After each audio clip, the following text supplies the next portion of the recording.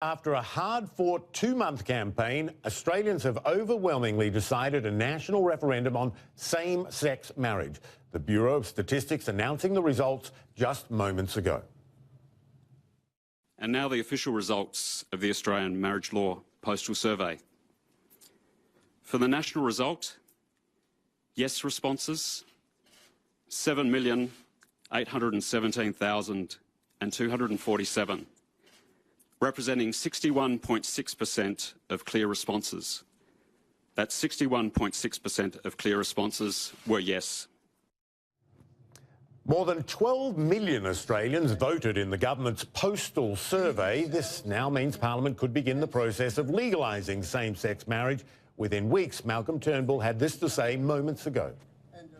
We must respect the voice of the people.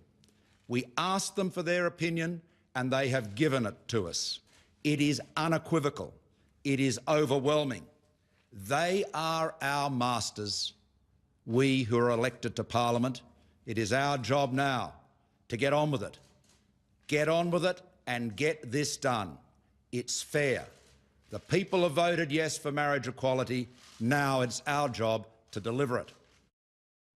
And joining me now from Melbourne is Annelise Nielsen. She's a reporter with Sky News Australia. Good to see you, Annelise. This has been, just give people a sense of how controversial this has been in Australia. It's long been felt that the majority of people there want marriage equality, but there's been quite fierce opposition as well.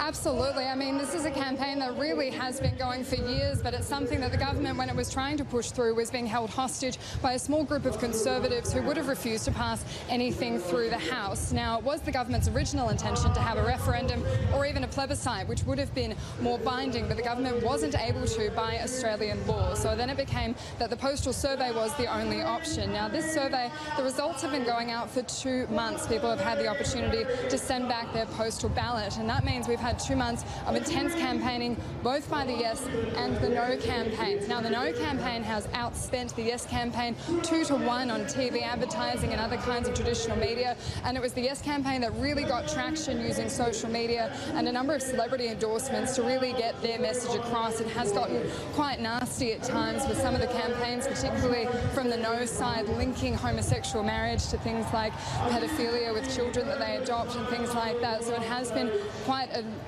shameful thing for Australia with international coverage. But today the yes campaign got the exact result they wanted, a convincing 61%, and each of the states in Australia has also individually voted for the yes vote. So as you said, it now gives the government a mandate to push this legislation through Parliament. Now, it does mean that it could still be held with a conscience vote in the lower house, but it is more likely that the members who are against same-sex marriage will be brought into line because this was quite a convincing result for the government. Yeah, and in many ways in Australia it's been a no-brainer for a lot of years. The Australians in polls have always pretty much been in favour of this, certainly in recent times. But what about those in Parliament, those arch-conservatives who do not want this? Are they likely to vote no? Do they have any numbers, or is this just going to go through now?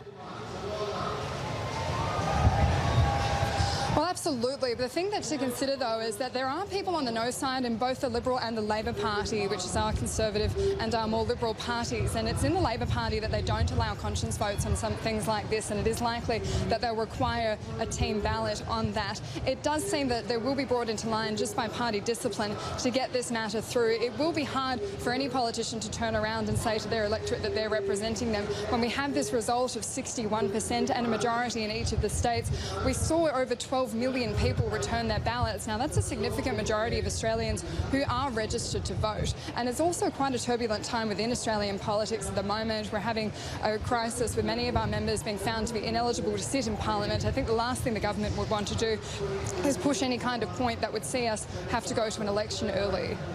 All right, good to see you, Annelise Nielsen, there with Sky News Australia. Appreciate it. Big news in Australia there.